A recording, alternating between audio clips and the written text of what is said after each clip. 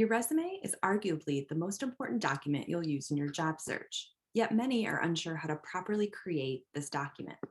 Today, we will discuss how you can format your resume to best showcase your skills to a potential employer. So, what is a resume? A resume is a document created and shared to present your background, skills, experience, and accomplishments. A resume initiates the process of assessment for an employer and, in particular, shows your alignment with the specific job you're applying for. This is why tailoring your resume to every job you apply to is crucially important. Send out a generic and bland resume, and you might as well not apply at all. There are two main areas to discuss when creating your resume: content and format. Content describes the actual skills, qualifications, and experiences you include, while format is how you go about creating your document and how it visually appears to the reader. The format of your resume is extremely important. I've talked with recruiters who indicate that if the format of a resume is a mess, they won't bother to read the content. So make sure you spend time to create a document that's visually appealing and that makes it easy for the reader to pick out the most important qualifications at a glance. In general, an undergraduate resume should be limited to one page. Master's and advanced degree candidates can have up to 2 pages.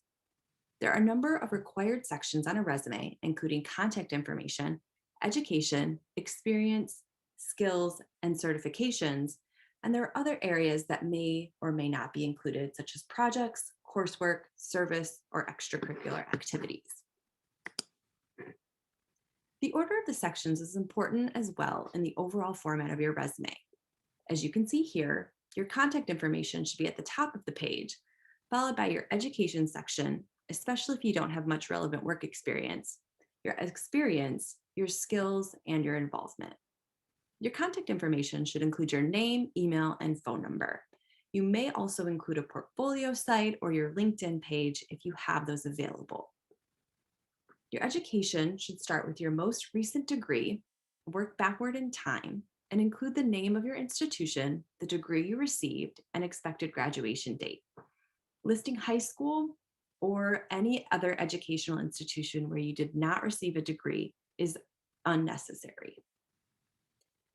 In your experience section, you'll want to highlight both paid and unpaid experiences. Add anything that you've done that's relevant, whether as an employee, an intern, a volunteer, member of a research team, or an officer of an organization. Again, you want to work from the most recent thing at the top, backward in time to the thing that you did longest ago. In your skills section, you'll want to make sure to include only things that are testable, like languages, software, equipment, or technology. Soft skills are important, but they should be included in your experience section. As you think about formatting your resume, make sure to consider some of the following. Incorporate keywords and action verbs.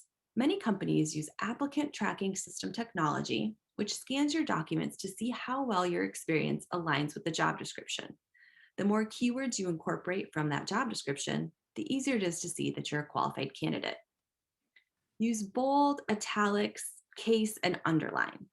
Varying your pattern of bold, case, and italics can help a reader differentiate between the sections of your resume and make it easy to pick out important things like dates, titles, and employers. While you can use underline, we recommend only using those in headers. Colors can be another way to differentiate between sections. Most companies will print a resume in black and white, so make sure that your color choice isn't vital to the understanding of your resume. Always format your experience so that it's easy to read. A narrative or paragraph form allows you to put in more information, but it's difficult for a reader to parse. Use bullet points to quickly highlight your skills and accomplishments.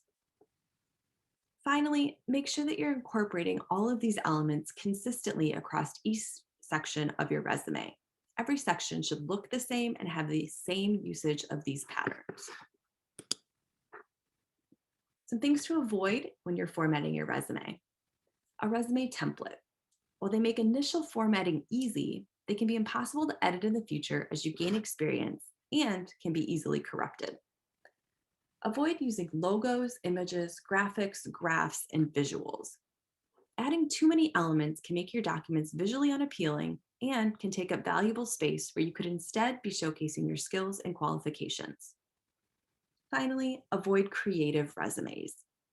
The technology used to scan resumes can have a hard time reading a creative or graphic resume and can reject your application even if you're qualified. Focus on the value and content of your experiences and submit a simple resume to an applicant tracking system. Creative resumes have their place. Just make sure to use them only when you know a human will be the reader, such as a career fair, a networking event, on your portfolio site, or even to give to an employer during an in person interview. To find additional resources to help you on your resume, to view the other videos in this series about resumes, or to schedule a time to meet with a career advisor for personalized help, visit our website, careernetwork.msu.edu.